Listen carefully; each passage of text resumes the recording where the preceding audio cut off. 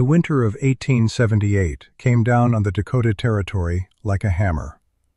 It was not a season of gentle snows and cozy hearths, but a relentless, invading force. The cold did not knock before it entered. It seeped through the thickest logs, found the smallest cracks in the daubing, and settled deep into the bones of the people who had dared to claim this land. It was a physical presence, an enemy that could not be seen, but could be felt in the brittle snap of a twig, the ache in a joint, and the thin, sharp pain of every breath. The wind was its scout, a ceaseless moaning that stripped the prairie bare and piled snow in drifts as high as a cabin's roof. For the settlers huddled in their small, scattered homesteads, survival was not a matter of comfort, but a daily, desperate calculation of firewood against frost. In the small, unnamed settlement, nestled in a shallow bend of a frozen creek, this calculation was failing. The cabins were built as they had always been built, according to a wisdom carried from the forested hills of Ohio and Pennsylvania. Thick logs were hewn flat on two sides, stacked and chinked with a mixture of mud, moss, and grass. At one end of each single-room dwelling stood a massive stone fireplace, its chimney a column of pride and defiance against the sky. These fireplaces were the heart of each home, but they were hungry, ravenous hearts. They consumed cords of oak and cottonwood with an insatiable appetite, roaring with a heat that scorched the faces of those who stood near, while leaving the far corners of the room to the mercy of the invading cold. Frost grew on the inside of the walls, delicate, cruel ferns of ice that glittered in the firelight. A bucket of water left too far from the hearth would be solid by morning. The settlers fought back with the only tools they knew: more logs on the fire, more blankets on the beds, more patched rags stuffed into the ever-present drafts that sliced through the air like a knife. They were stoic and hard-working people, but the cold was a better strategist. It outlasted their fuel, it exploited every weakness in their construction, and it slowly, methodically, wore down their spirits.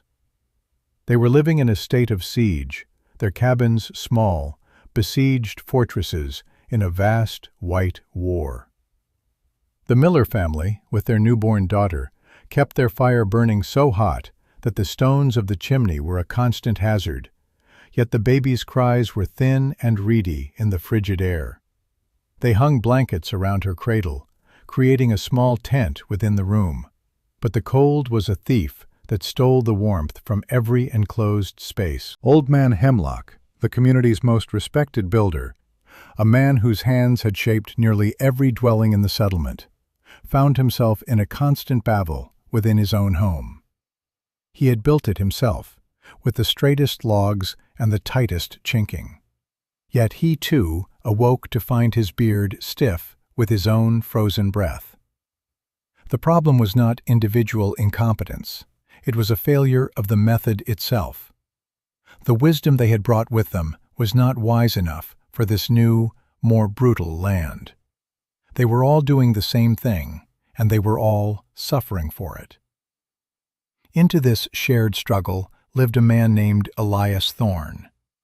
He had arrived the year before, a quiet figure who kept to himself. He was a veteran of the war, though he never spoke of it. His past was etched not in stories, but in the methodical way he moved, the economy of his actions, and the observant stillness in his eyes. He had served as a sapper, an engineer, a man tasked with building and unbuilding things under the most extreme pressures. He had learned about stress, about leverage, about how a structure stands or falls. In quiet moments, he read from a small, worn book on Roman engineering, fascinated by aqueducts and hypocausts, ancient systems designed to move water and heat with an intelligence that seemed lost to the modern world. He was seen as an oddity, a man more comfortable with a book than a conversation, a dreamer in a land that demanded pragmatists. Elias had a daughter, a small, pale girl named Clara. Her lungs were weak, a delicate constitution that made every winter a trial. Her cough was a small, dry sound that echoed in their small, temporary shack, each one a blow against his heart. The fear for her was a constant, low fire within him, a motivation more powerful than any community expectation. He knew that another winter in a conventional cabin, a cabin like Hemlock's or the Millers, might be her last. He had to build something different, something that did not just fight the cold, but outsmarted it. One afternoon, as the first hints of autumn's chill sharpened the air, Elias began to mark out the foundation for his new cabin. The other men were felling trees, their axes ringing out in a familiar rhythm. Elias, however, was not looking at the trees. He was looking at the ground. He took a pointed stick and began to draw in the dirt. It was not the simple square of a cabin floor. It was a shape, a pattern, something complex and strange. Hemlock, taking a break, ambled over, wiping sweat from his brow. He looked down at the scratching. "What's this foolishness, Thorn? You planning on building a maze?" Elias did not look up immediately. He finished a long, curving line before speaking. "It's the Flue," he said, his voice quiet. Hemlock squinted. The drawing showed a firebox, located not against a wall, but near the center of the structure. From this central point, a long, serpentine channel snaked back and forth across the entire area of the foundation, before ending at a spot on the far wall. "The flue?" Hemlock repeated, a note of disbelief in his voice. "The flue goes in the chimney. The chimney goes up." He pointed a thick, calloused finger to the sky, as if indicating a law of nature as immutable as gravity. "The smoke will still go up," Elias explained, patiently, standing. "Eventually. But first, it will go sideways. And down." He gestured to the channel he had drawn. "It will run under the floor. The heat from the smoke, the heat that every one of us sends straight up into the sky, will be captured. It will heat a great mass of stone and earth beneath the floor. The entire foundation will become the hearth. It will hold the heat for hours, even days." He called it a buried flue, a name he had coined himself from a dozen different ideas he had pieced together from his reading and his experience. Hemlock stared at him. For a long moment there was only the sound of the wind and the distant chop of an axe. Then the builder let out a short, harsh laugh. "Thorn, have you lost your senses? Smoke goes up. It's what it does. You try to run it under your floor, and you'll do one of two things.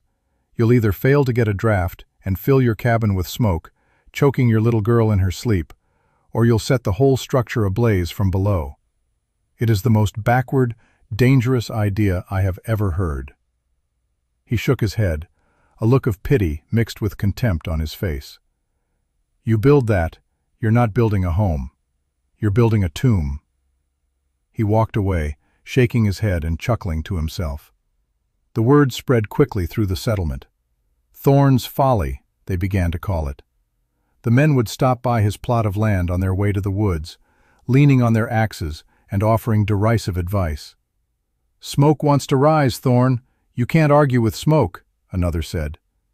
The women whispered among themselves, casting worried glances at Clara, who played near her father with rag dolls. They saw Elias not as an innovator, but as a stubborn fool, a man whose pride or strangeness was endangering his own child. The laughter was not always loud, but it was constant, a current of mockery that followed him as he worked. He was isolated, an outcast by choice of design. Elias did not respond to the mockery. He did not argue or defend himself. He simply worked.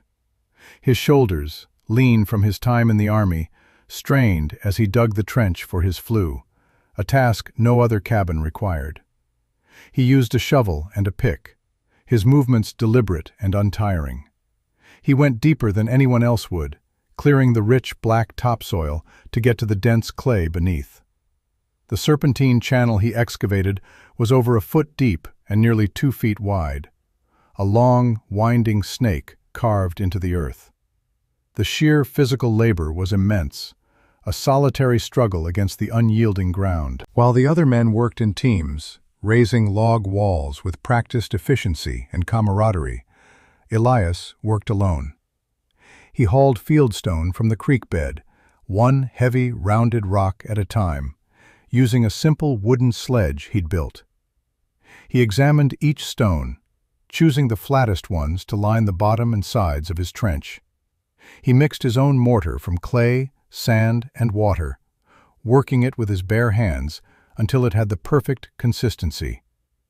His pace was not fast, but it was relentless. Every stone was placed with precision, every seam mortared with care. He was not just building a channel, he was crafting a vessel, a sealed artery designed to carry heat and smoke safely beneath his family's feet. As autumn deepened and the days grew shorter, the contrast between his work and that of the community became starker. Hemlock had already completed a new cabin for a family that had just arrived. Its walls were up, the roof was on, and the chimney stood tall and proud, a monument to the conventional way. The men of the settlement gathered to help raise the roof beams, a communal event filled with shouting and shared effort. Elias was not invited. He continued his slow, subterranean work, laying the heavy capstones over his flue, sealing the channel. He worked while the others celebrated their swift progress, reinforcing his isolation. They saw their finished cabins as a sign of their readiness for winter. They saw his deep, elaborate hole in the ground as proof of his impending failure. He was building a system, not just a structure. After capping the flue, he covered the entire foundation with a thick layer of sand, a buffer to distribute the heat evenly. On top of the sand, he laid another course of flat stones, creating a solid, stable base. Only then, after weeks of labor that no one else had undertaken, did he begin to raise the log walls. He explained the principles to Clara, who sat nearby, wrapped in a thick wool shawl. He pointed to the sealed channel. "The fire is the heart," he told her, his voice soft. "But this is the blood. It will carry the warmth to every part of the house. We are not just heating the air, little bird. We are heating the earth itself. We will make the ground beneath us our friend, not our enemy." She did not understand the words, but she understood the quiet determination in his voice. She knew her father was building something to keep her safe. He built the firebox in the center of the room with the same meticulous care. It was not the wide, open hearth of his neighbors. It was smaller, deeper, and lined with precious fire bricks he had traded for, bricks designed to withstand and reflect intense heat. The opening was low, and he fashioned a heavy iron door for it, allowing him to control the flow of air precisely. The chimney that finally rose from the far wall was low and squat, a humble exit compared to the towering stacks on the other cabins. To the rest of the settlement, it was the final, comical detail of his folly. A fireplace in the middle of the room with a chimney that looked like a stump. The design broke every rule they knew. As the first snows began to fall, a fine, dusting powder that clung to the brown prairie grass, Elias finished his work. He moved his few possessions and his daughter into the cabin. He lit the first fire. It was a small, cautious blaze. He watched the draft, holding a piece of downy feather near the firebox door. It pulled inward, steadily. The smoke was drawing. It was moving not up, but sideways, into the long, dark channel he had buried beneath their feet. He had done it. He had convinced the smoke to go where he wanted it to go. For hours, he kept the small fire going, feeling the floorboards. At first, there was nothing. Then, slowly, almost imperceptibly, a deep, resonant warmth began to rise from the floor. It was not the scorching heat of a direct flame, but a gentle, pervasive warmth that seemed to come from everywhere at once. Then winter came in earnest. It did not creep in, it fell upon them. A storm, born in the far northern wastes, swept down across the plains, a monstrous, churning wave of white. The settlers called it a white hurricane. The wind screamed, a solid wall of sound and force that shook the cabins to their foundations. The temperature plummeted to a level that no one had ever experienced, a cold so profound it felt like the world itself was dying. Snow did not fall. It flew horizontally, a blinding, suffocating torrent that erased the landscape, burying fences and paths, isolating each homestead in a swirling vortex of white. For 3 days, the sun was a forgotten memory. The world was reduced to the howling of the wind and the desperate fight for warmth inside their wooden boxes. Inside the cabin of Old Man Hemlock, the fight was being lost. The wind, like a living thing, found its way through his masterful chinking, driving fine, powdery snow into the room. The fireplace, his pride, roared day and night, a dragon consuming split oak as fast as his sons could feed it. But its heat was a lie. It created a small bubble of warmth in the center of the room, while the corners surrendered to the Arctic assault. A thick, crystalline armor of frost coated the log walls. The blankets on their beds grew stiff with frozen moisture. Hemlock's wife and grandchildren huddled together, their faces pale and pinched in the flickering, inadequate light. He watched the woodpile in the corner shrink with terrifying speed. He was the master builder, the man who knew how to defeat a Dakota winter, and he was failing. The cold was a patient predator, and it was closing in. The scene was repeated in every cabin across the settlement.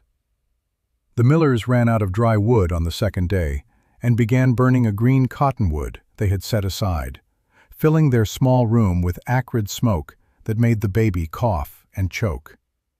Their desperation was a palpable thing, a frantic energy spent on a battle that was already lost. The traditional methods, the deep-rooted wisdom of their fathers, had met a force they could not conquer. Their designs were flawed, built to fight a different, gentler kind of winter. Here, on the open plains, where there was nothing to stop the wind or the cold, their tall chimneys were traitors, siphoning precious heat out of their homes and feeding it to the storm. But inside the cabin of Elias Thorne, there was quiet. There was calm. 2 days before the storm had hit, sensing its approach in the stillness of the air and the strange color of the sky, Elias had fed his firebox, building a deep, hot bed of coals. He had heated the massive thermal battery beneath his floor, loading it with energy. Now, with the blizzard raging outside, he maintained only a small, steady fire, a handful of logs every few hours. The iron door on his firebox was closed tight, the draft control set to a minimum. The fire burned slow and hot, a model of efficiency. The howling of the wind was a distant, muffled sound. His cabin, built with the same logs as the others, felt different. It felt solid, anchored. The buried flue, warmed by the slow-passing smoke, was radiating its stored heat upwards. The entire floor was a source of warmth. It rose gently, evenly, filling the single room with a steady, comfortable temperature. There were no cold spots, no drafts. Clara slept peacefully in her small bed, not with a mountain of blankets but with a single quilt. Her breathing was even and quiet. The cough was gone. Elias sat at his small table, reading his book by the light of a single oil lamp, a pool of serene warmth in the heart of the storm. The cold hammered at his walls, but it could not get in. He had not built a fortress to fight the cold. He had built a system that simply ignored it. The blizzard raged for 3 full days and nights. On the 4th morning, the wind died. An unnatural silence fell over the landscape, broken only by the groan of overburdened trees. The sky cleared to a brilliant, merciless blue. The temperature, freed from the wind, plunged even lower. It was a dry, searing cold that cracked the skin and froze the lungs.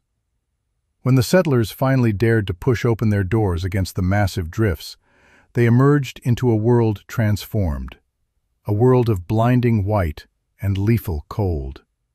Their first thoughts were of survival. Woodpiles were gone, or buried under impenetrable drifts. Inside their cabins, the situation was dire. The fires had died to embers, and the cold had invaded completely, turning their homes into iceboxes. The miller's baby was feverish. Hemlock's wife was too weak to rise from her bed. The community was on the verge of a catastrophe, weakened and exposed in the aftermath of the storm's fury. In stark contrast, Elias Thorne's cabin was an island of life. He had used less than a quarter of the wood his neighbors had burned through. His interior temperature had barely fluctuated. When he opened his door, the air that met him was cold, but the air inside his home was warm and still. He and Clara had weathered the storm not in a state of siege, but in simple, quiet comfort. Pride is a powerful thing, but desperation is stronger. Hemlock, his face drawn and gray with worry, knew he needed help. His own family was suffering. He had seen no smoke from Thorne's strange, squat chimney for most of the storm, and had assumed the worst, that the man's foolishness had finally claimed him. Now, driven by a sliver of hope, he began the arduous journey through the waist-deep snow, his legs heavy, his breath pluming in the brutal air. It took him nearly an hour to cross the few hundred yards that separated their homes. He reached the door and hesitated. He was the master builder, the voice of experience who had laughed at this man. Now he was coming as a supplicant. He raised a stiff, gloved hand and knocked. The sound was flat and dead in the frozen air. The door opened. Elias Thorne stood there, dressed not in layers of heavy wool, but in a simple shirt. Behind him, Hemlock could see Clara playing on the floor. But what struck him first, what stopped his heart and stole his breath, was the wave of warmth that washed over him. It was not the harsh, dry heat of a roaring fire. It was a gentle, even warmth, like a calm summer afternoon. It flowed out of the cabin and enveloped him, a physical shock of comfort in the midst of a world of ice. He stumbled inside, his eyes wide with disbelief. He looked around the room. The fire in the central hearth was tiny, a bed of glowing coals with two small logs laid across them. It was a fire for a chilly autumn evening, not the heart of a polar vortex. Yet the room was warmer and more comfortable than his own had been, with a furnace blazing. There was no smoke. The air was clear and still. He looked at the walls. There was no frost. He looked at Clara, her cheeks pink with health, not fever. His gaze fell to the floor. He reached down, his fingers clumsy with cold, and touched the wooden planks. They were warm, not hot, but distinctly, undeniably warm. He looked up at Elias, his face a mask of confusion and awe. "How?" he whispered, the single word a surrender of everything he thought he knew. "How is this possible?" Elias Thorne did not smile in triumph. He did not say, "I told you so." There was no gloating in his eyes, only a quiet, weary understanding. He closed the door, shutting out the deadly cold. "The heat had nowhere else to go," he said simply. He gestured to the floor. "Yesterday's fire is warming us today. I didn't waste its strength, sending it straight to the sky." He poured a cup of hot coffee from a pot sitting on a trivet near the firebox and handed it to the older man. "Sit, warm yourself." Hemlock sat, the warmth of the mug seeping into his frozen hands. He drank the coffee, the heat spreading through his chest. He was a practical man, a man of wood and stone and right angles. He understood things he could see and touch. What he was experiencing felt like magic, but Elias spoke of it in terms of simple physics. He explained the concept of thermal mass, how the immense weight of stone and earth beneath the floor acted like a sponge, soaking up the heat from the smoke and then releasing it slowly, steadily, over a long period. He explained how the small, controlled fire was more efficient, burning the wood more completely and transferring more of its energy to the flue. It was not magic. It was engineering. It was intelligence. Hemlock sat there for a long time, listening. He felt the steady, radiant warmth from the floor, a warmth that seemed to rise up and settle around him like a blanket. He thought of his own home, a place of drafts and frost, of a roaring, wasteful fire, and a pervasive, bone-deep chill. He thought of his own loud-voiced certainty, his public mockery of this quiet man. He was wrong. He, the most experienced builder in the territory, the man everyone looked to for guidance, had been utterly and completely wrong. The realization was a humbling, crushing weight. Word of Hemlock's visit spread like wildfire through the freezing settlement. It was carried by his sons, who came looking for him and stood in the doorway of Thorne's cabin, their mouths agape at the impossible warmth. They went back and told their neighbors. The story was too incredible to be believed, yet the evidence of their own suffering was too real to be ignored. One by one, then in small groups, the settlers made the pilgrimage through the snow to Thorne's Folly. Each visitor had the same reaction. They would step across the threshold and stop, stunned into silence by the wall of gentle warmth. They would look from the small, quiet fire to the healthy, comfortable child playing on the floor. They would touch the warm floorboards with expressions of wonder. The men who had laughed the loudest were the most silent now. They saw the simple, undeniable truth of their own failure and this man's stunning success. The derisive nickname, Thorne's Folly, died on their lips, replaced by a quiet, grudging respect. The cabin was no longer a joke. It was a miracle. A few days later, after the immediate crisis of survival had passed, and the community was taking stock of its losses, Hemlock returned to Elias's cabin. He did not come for coffee or for warmth. He came with a slate and a piece of chalk in his hand. He stood before Elias, a proud man made humble by the brutal truth. "Teach me," he said. The words were not a request, but a plea. "I've been building houses my whole life, and I see now I've been building them wrong. For this land, I've been building them all wrong. Teach me." The master builder had become the student. Elias, who had never sought to be a teacher, simply nodded. He took Hemlock outside, into the clean, cold air, and with a stick, he once again drew the design in the snow. But this time, he was not alone. This time, a dozen other men from the settlement gathered around, their faces serious, their mocking laughter a distant, shameful memory. They listened intently as Elias explained the principles, his voice calm and steady. He shared his knowledge freely, holding nothing back. He explained the critical importance of a slight, continuous upward slope in the flue to ensure a proper draft. He detailed the need for a deep, well-sealed ash pit and a clean-out access at the far end of the system. He talked about the ratio of firebox size to flue length, the ideal depth of the thermal mass, the way different types of stone held and released heat. He answered every question with patience and clarity, stripping the mystery from his creation and revealing the simple, powerful logic at its core.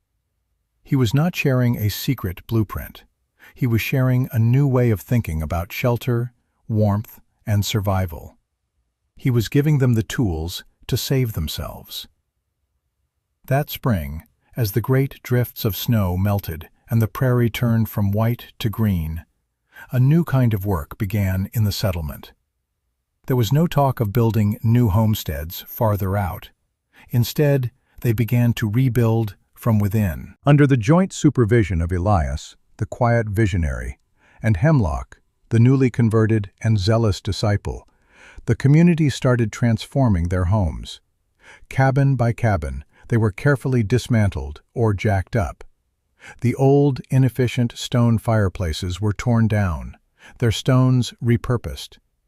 The men dug into the earth beneath their homes, excavating the long, serpentine trenches that had once been the subject of so much ridicule.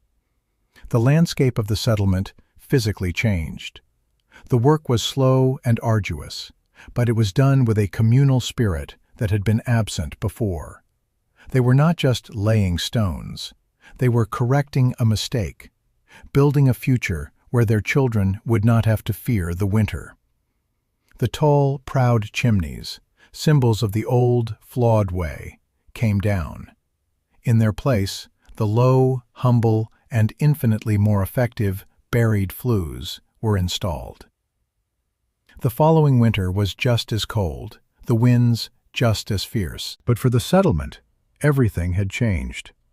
The ravenous hunger for firewood was gone. The cabins, once drafty iceboxes, were now sanctuaries of steady, even warmth.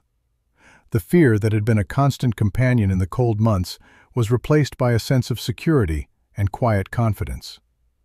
They had learned their lesson. The Dakota Flue, as some started to call it, had saved them.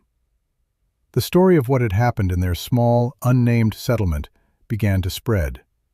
A surveyor passing through in the spring stayed a night in one of the retrofitted cabins and was astonished by its comfort and efficiency.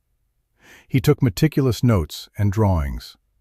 Travelers, land agents, and new settlers heard the tale of the man with the backwards fireplace that had tamed the Dakota winter. The idea, born of one man's quiet observation, his love for his daughter, and his courage to defy convention, began to travel across the plains. It was a simple, powerful idea, and it took root in the hard soil of necessity. Elias Thorne never sought credit or fame.